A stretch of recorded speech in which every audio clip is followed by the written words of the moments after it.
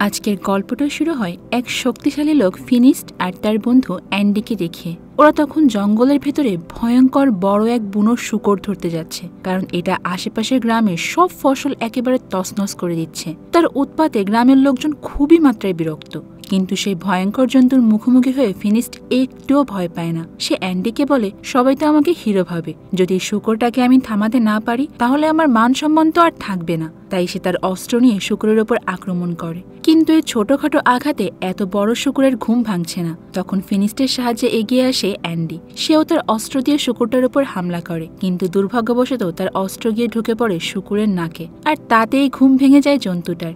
এইবার তো সে একেবারে রেগেমেগে আগুন, চোখে রাগ নিয়ে সে তেড়ে আসে অ্যান্ডির দিকে। ঠিক তখনই ফিনিস্ট লাফিয়ে এসে শূকরের সামনে দাঁড়ায় তাকে থামাতে। সে প্রাণপণে চেষ্টা করে, কিন্তু এই জন্তুর এত শক্তি যে ফিনিস্টকে সে একটু ধাক্কা দিতেই সে ছিটকে চলে যায় আকাশে। ফিনিস্ট গিয়ে আবার শূকরের গায়ের উপরই পড়ে। তখন অ্যান্ডি একটা দড়ি ছুড়ে দেয় ফিনিস্টের দিকে। ফিনিস্ট সঙ্গে সঙ্গে সেটা ধরে ফেলে, আর সেই দড়ি দিয়ে শূকরের দুটো পাখা আর শিংয়ের সঙ্গে ভালো করে বেঁধে ফেলে। এইভাবে শেষমেশ ফিনিস্ট শূকরটাকে নিজের নিয়ন্ত্রণে এনে ফেলে আর তাকে আকাশে উড়িয়ে নিয়ে যেতে থাকে। এরপর ফিনিস্ট যখন ওই বিশাল বুনো শূকরটাকে নিয়ন্ত্রণ করে গ্রামে ফিরে আসে, তখন গ্রামের মানুষ তাকে দেখে তো পুরো চমকে ওঠে। তারা সবাই চিৎকার করে ফিনিস্টের নামে জয়ধ্বনি দিতে থাকে। এদের মধ্যেই বাবা ইয়াগা নামের একজন জাদুকর ছিলেন। তিনি ফিনিস্টকে বলেন যে, যদি তুমি এতই শক্তিশালী হও তাহলে একটা প্রমাণ দাও। আমার বাড়ির সামনে একটা বিশাল পাথর পানির পথ আটকে রেখেছে।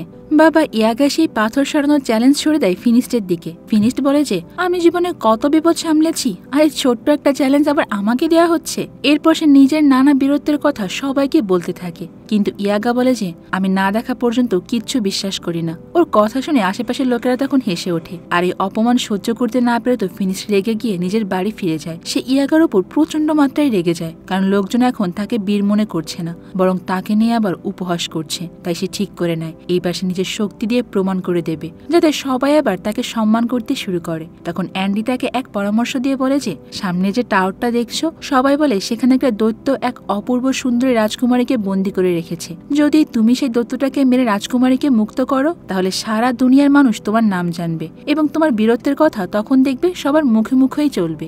এটা শুনে ফিনিস্ট ঠিক করে যে, যাই হয়ে যাক, সেই দৈত্যের সঙ্গে যুদ্ধ করবে। তাই সেই রাতে সে অ্যান্ডিকে নিয়ে রওনা দেয় সে টাওয়ারের দিকে, কিন্তু সেখানে গিয়ে দেখে আগে থেকে কিছু যোদ্ধাই দৈত্যকে হারাতে এসেছে। তবে তারা তাদের বীরত্বের প্রমাণ করতে নেয়, বরং রাজকুমারীকে উদ্ধার করে নিয়ে তাকে বিয়ে করতে চায়। তারা ফিনিস্টকে জিজ্ঞাসা করে যে, যদি সবাই মিলে দৈত্যটাকে মারি তাহলে রাজকুমারীকে কে পাবে? ফিনিস্ট হেসে দিয়ে বলে যে, আমাকে রাজকুমারীর দরকার নেই, আমি এসেছি কেবল নিজেকে প্রমাণ করার জন্য। এরপর ফিনিস্ট অ্যান্ডিকে গিয়ে বলে যে, আমি এই দৈত্যকে একাই মারতে চাই, তাই আমি সকাল হওয়া পর্যন্ত অপেক্ষা না করে তার আগেই রাজকুমারীর কাছে গিয়ে সেই দৈত্যটাকে হারাবো।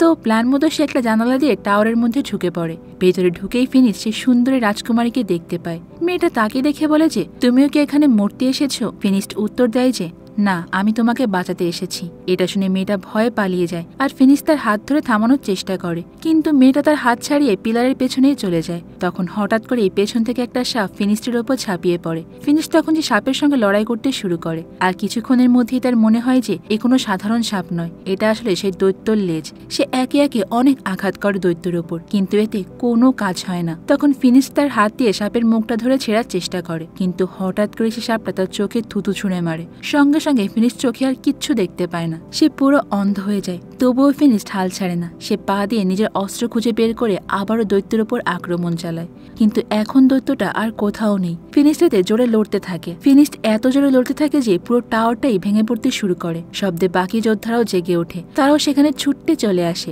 তারা দেখতে পায় শুধু ধ্বংস স্তূপ, আর তার নিচে চাপা পড়ে থাকা অন্ধ ফিনিস্ট ধীরে ধীরে উঠে দাঁড়াচ্ছে। অ্যান্ডি খবর পেয়ে দৌড়ে এসে বুঝতে পারে যে ফিনিস্ট তার চোখের দৃষ্টি হারিয়ে ফেলেছে। সে তাকে ধরে ধরে বাড়িতে নিয়ে আসে। চোখ হারিয়ে ফিনিস্ট খুবই রেগে যায়, সে হতাশায় ভেঙে পড়ে।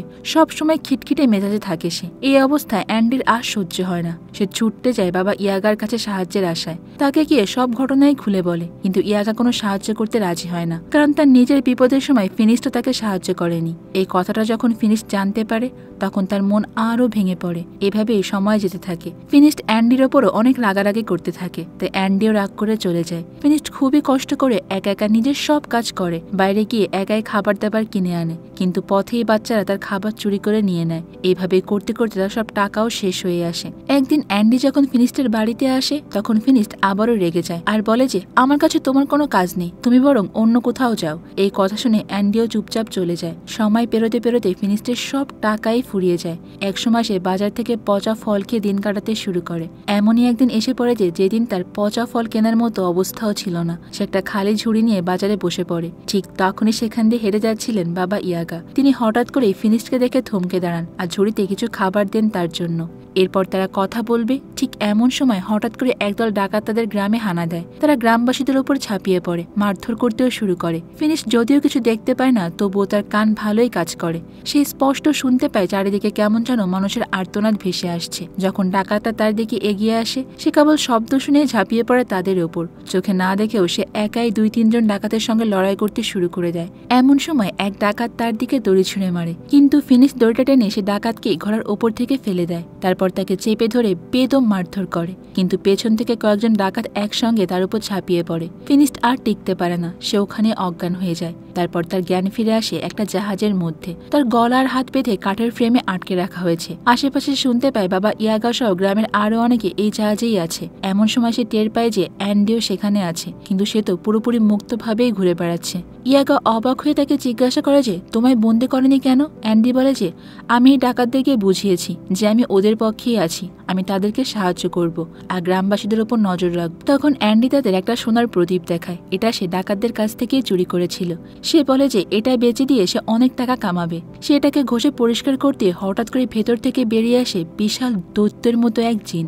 সবাই তো অনেক ভয় পেয়ে যায়, এমনকি অ্যান্ডিও হতবাক হয়ে পড়ে। নিচে তাদের গোলমাল শুনে এক ডাকাত সেখানে চলে আসে, কিন্তু জিন তাকে ছুঁড়ে ফেলে দেয়। এরপর জিন এসে অ্যান্ডির কাছে জানতে চায় তোমার কি ইচ্ছা সেটা বলো। অ্যান্ডি তখন কিছু না ভেবে বলে যে তুমি আবারও প্রদীপের মধ্যেই চলে যাও, আর জিনটা আবার ফিরে যায়। এই সময় ওপর থেকে আর এক ডাকাত নেমে আসে, অ্যান্ডির গলায় তলোয়ার ধরে প্রদীপটা কেড়ে নেয়। কিছু সময়ের মধ্যে জাহাজ চলে যায় এক আরব দেশে। গ্রামবাসীদের সবাইকে দাঁড় করিয়ে রাখা হয় সেখানে। তাদের সবাইকে আসলে কৃতদাস হিসেবে এখানে বিক্রি করে দেওয়া হবে। এরপরে সেখানে একজন মুখ ঢেকে রাখা লোক আসে, আর সে ফিনিস্ট, বাবা ইয়াগা আর অ্যান্ডিকে কিনে নেয়। এরপর তাদের নিয়ে যায় নিজের প্রাসাদে। এই বিশাল প্রাসাদ দেখে সবার চোখ তো পুরো কপালে, কারণ ভেতরে সব কাজ করছে রোবটরা। অথচ এটা কিন্তু অনেক পুরনো যুগের একটা গল্প। তাহলে এখানে রোবট কিভাবে আসবে? লোকটা তখন নিজের মুখের মুখোশ খুলে ফেলে আর বলে যে আমি একজন সায়েন্টিস্ট, এই সব রোবট যন্ত্র সবকিছু আমিই তৈরি করেছি। সে জানায় যে আমার লক্ষ্য ছিল এমন প্রযুক্তি বানানো যা মানুষের জীবনকে সহজ করে তুলবে। ফিনিস্ট তখন নিজের জীবনের গল্প শোনায়, কিভাবে সে একসময় সাহসী বীর ছিল, কিন্তু অন্ধ হয়ে যাবার পর তার জীবন একেবারে পাল্টে গিয়েছে। বিজ্ঞানী বলে যে আমি তোমার আর ইয়াগার কথা আগেই শুনেছি। সে আসলে এইসব মানুষদেরকে কিনে এনে তাদেরকে মুক্ত করে দেয়। এরপর খাবারের সময় রোবটদের দিয়ে খাবার পরিবেশন করায় ওই বিজ্ঞানীটা। সবাই তো এই সব দেখে পুরো অবাক, যেন তারা কোনো জাদু দেখছে। কিন্তু বিজ্ঞানী বলে যে এগুলো কোনো জাদু নয়, সে গত 500 বছর ধরে এগুলোর উপরেই কাজ করছে। এই কথা শুনে ইয়াগা চমকে গিয়ে বলে তুমি 500 বছর ধরে বেঁচে আছো, তাও এত ইয়াং কিভাবে? তখন বিজ্ঞানী জানায় যে সে এমন একটা কেমিক্যাল তৈরি করেছে যেটা খেলে মানুষ চিরতরে তরুণ থেকে যেতে পারে। তারপরে এসে ফিনিস্ট, ইয়াগা আর অ্যান্ডিকে নিয়ে যায় নিজের ল্যাবে। সেখানে ফিনিস্ট জিজ্ঞাসা করে যে এই কেমিক্যাল খেলে কি তার দৃষ্টিশক্তি ফিরে পাবে? বিজ্ঞানী বলে যে এই কেমিক্যালে নয়, তবে আমার কাছে আর একটা জিনিস আছে। সে তখন ফিনিস্টকে একটা বিশেষ চশমা পরিয়ে দেয়, আর ফিনিস্ট তাতেই আবারও সবকিছু দেখতে পায়। তখন বিজ্ঞানী বলে যে তুমি জানো বিজ্ঞানের সাহায্যে যে কোনো অসম্ভবকে সম্ভব করে তোলা যায়। সে জানায় যে জাদুর চেয়ে বিজ্ঞান অনেক ভালো, কারণ জাদু অনেক সময় মানুষের ক্ষতি করে, আর সেই ক্ষতির জিনিসগুলো ধ্বংস করতে আমি একটা বিশেষ মেশিনও বানিয়েছি। সেটার প্রমাণ দিতে সেই প্রদীপটা বের করে, যেটা সে কিনে নিয়েছে ডাকাতদের কাছ থেকে। ইয়াগা তখন সতর্ক করে বলে যে এটা কিন্তু খুবই বিপজ্জনক, কিন্তু বিজ্ঞানী থামে না। সে প্রদীপ ঘষে আর তার থেকে বেরিয়ে আসে ওই জিনটা। সঙ্গে সঙ্গে বিজ্ঞানী তার মেশিনটা চালু করে দেয়, যেটা জিনকে টেনে নিয়ে নিজের ভেতরে নিয়ে যায়। সে বলে যে দেখলে আমার তোর এই মেশিনটা জিনকেও শেষ করে ফেলতে পারে। এরপর ঠিক ওই রাতে খবর আসে যে পাশের এক পাহাড়ে এক রাক্ষস আছে, যেটা সাধারণ মানুষের ক্ষতি করছে।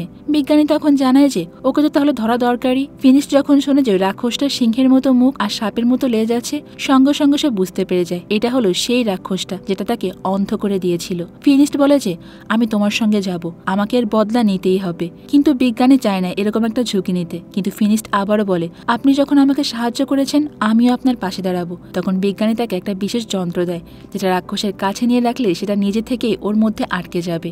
এরপর রাতে ইয়াগা চুপচাপ তার ল্যাবে ঢুকে পড়ে। সে চায় ওই কেমিক্যাল খেয়ে চিরজীবন তরুণ হয়ে থাকতে। কিন্তু বিজ্ঞানী তাকে সময় মতোই ধরে ফেলে আর বলে যে তোমরা যদি রাক্ষসটাকে আনতে পারো তাহলে কেমিক্যালের কিছুটা আমি নিজেই তোমাদের দিয়ে দেব। তো পরের দিন সকালবেলা সবাই প্রস্তুত হয়ে যায় রাক্ষস নিধনের অভিযানে যাওয়ার জন্য। বিজ্ঞানী তাদেরকে একটা স্পেসশিপ দেখায় যেটাই করে খুব দ্রুত তারা তাদের গন্তব্যে পৌঁছাতে পারবে। সবার কাছে ওটা যেন জাদুর মতোই মনে হয়। বিজ্ঞানী সবাইকে সেটা চালানো শেখায় আর রওনা হওয়ার আগে বিজ্ঞানী বলে যে রাক্ষসটাকে কিন্তু জীবিত ধরে আনবে। সে ফিনিস্টের অস্ত্রটাকে নতুনভাবে আপগ্রেড করে দেয়। এখানে একটা বোতামও আছে, চাপ দিলে এটা দিয়ে যা খুশি তাই করা যাবে। আগে যে অস্ত্র তেমন কিছুই করতে পারতো না, এখন তা অনেক বেশি শক্তিশালী হয়ে গিয়েছে। সব প্রিপারেশন নিয়ে সবাই স্পেসশিপে উঠে পড়ে তাদের যাত্রা শুরু করে আর দ্রুত সেই পাহাড়েও পৌঁছে যায় যেখানে ওই রাক্ষসটা আছে।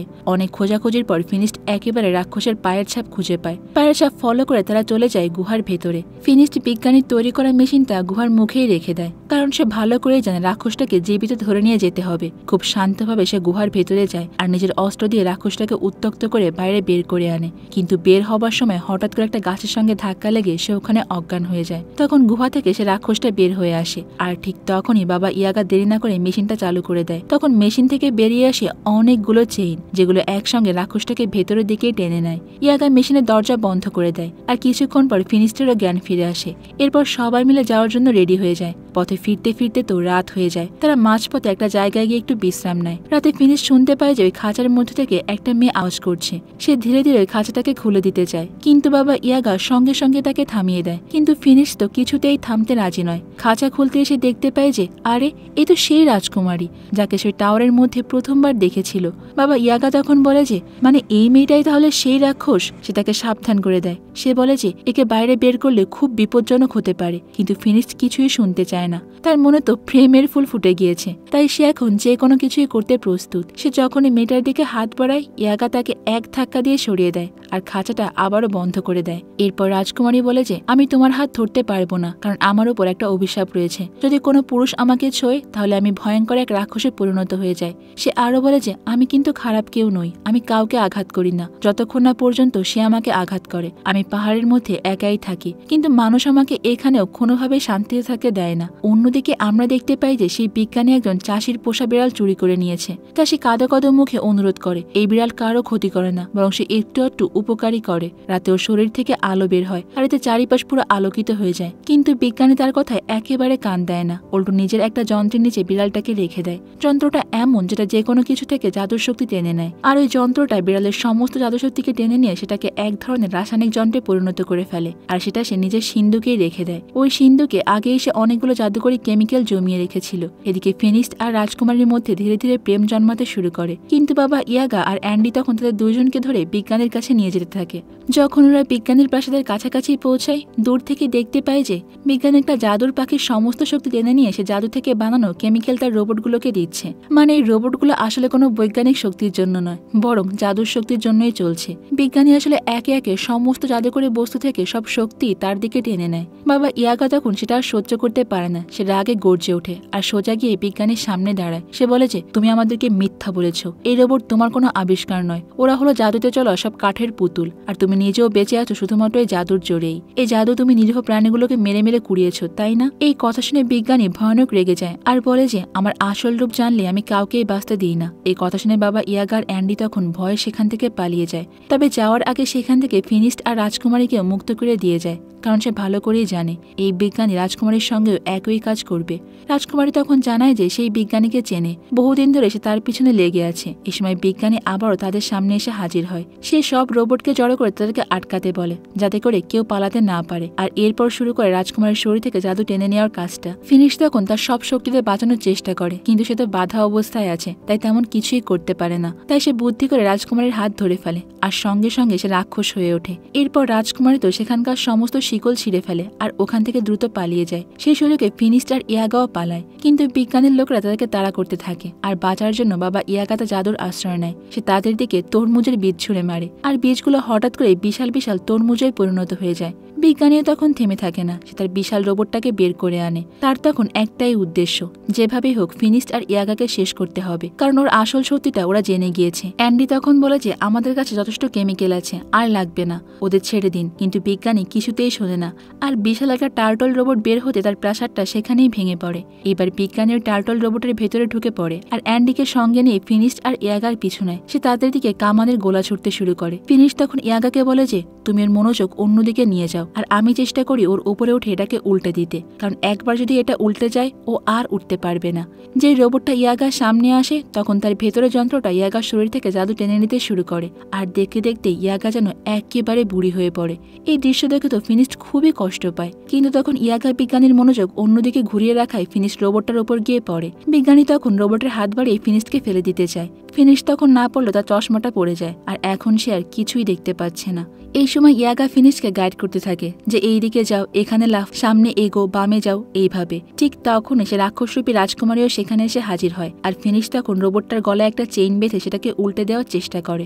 অনেক চেষ্টার পর রোবটটা উল্টে যায়, আর ভেতরে থাকা সমস্ত জাদুশক্তি এমনকি কেমিক্যাল সবে নিচে পড়ে যায়। বিজ্ঞানী তখন নিজের জাদুর ডানায় ভর করে পালাতে চায়, কিন্তু তার পাখনাগুলো আর কাজ করে না। সে সোজা জাদুর কেমিক্যালের মধ্যে গিয়ে পড়ে মরে যায়। আর অন্যদিকে ফিনিস্ট তখন এতটাই ক্লান্ত যে সে ওখানে অজ্ঞান হয়ে পড়ে। রাজকুমারী তখন তাকে পড়ে থাকে দেখে কান্না করতে শুরু করে, কারণ ফিনিস্টকে সে সত্যিই ভালোবেসে ফেলেছে। রাজকুমারীর চোখের জল ফিনিস্টের চোখে পড়তে সে হঠাৎ করে চমকে উঠে বসে পড়ে, আর এরপর দেখা যায় যে সে দৃষ্টিশক্তি আবারও ফিরে পেয়েছে। ফিনিস্ট তখন রাজকুমারীকে প্রপোজ করে আর প্রতিজ্ঞা করে যে সে তাকে কখনোই ছেড়ে যাবে না, কিন্তু রাজকুমারী বলে যে আমার ওই অভিশাপের কারণে আমি তোমার সঙ্গে থাকতে পারবো না। ফিনিস্ট মন খারাপ করে ফিরে আসে গ্রামের পথে, কিন্তু মন তো পড়ে থাকে সেই রাজকুমারীর কাছে।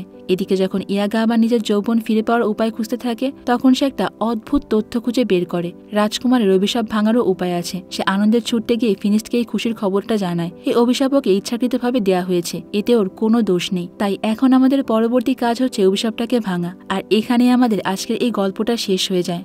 এখন দেখার বিষয় হচ্ছে ইচ্ছাকৃতভাবে কে রাজকুমারীকে অভিশাপটা দিয়েছে, আর আদৌ কি ফিনিস্ট আর ইয়াগা পারবে রাজকুমারীর অভিশাপ ভাঙতে? এই সব কিছু হয়তোবা আমরা গল্পের পরবর্তী অংশে জানতে পারবো। তো বন্ধুরা, আজকের গল্পটা তোমাদের কাছে কেমন লেগেছে সেটা কিন্তু আমাকে কমেন্ট করে অবশ্যই জানাবে, আর তোমরা কোন ধরনের মুভি দেখতে চাও সেটাও আমাকে জানিও। তো আজ এই পর্যন্তই থাক, দেখা হবে অন্য কোনো সুন্দর মুভির গল্প নিয়ে ভিন্ন কোনো সময়। ততক্ষণ পর্যন্ত তোমরা সবাই অনেক বেশি ভালো থাকবে এবং নিরাপদে থাকবে, আর অবশ্যই তো কোহলিকার সঙ্গেই থাকবে, তাই না?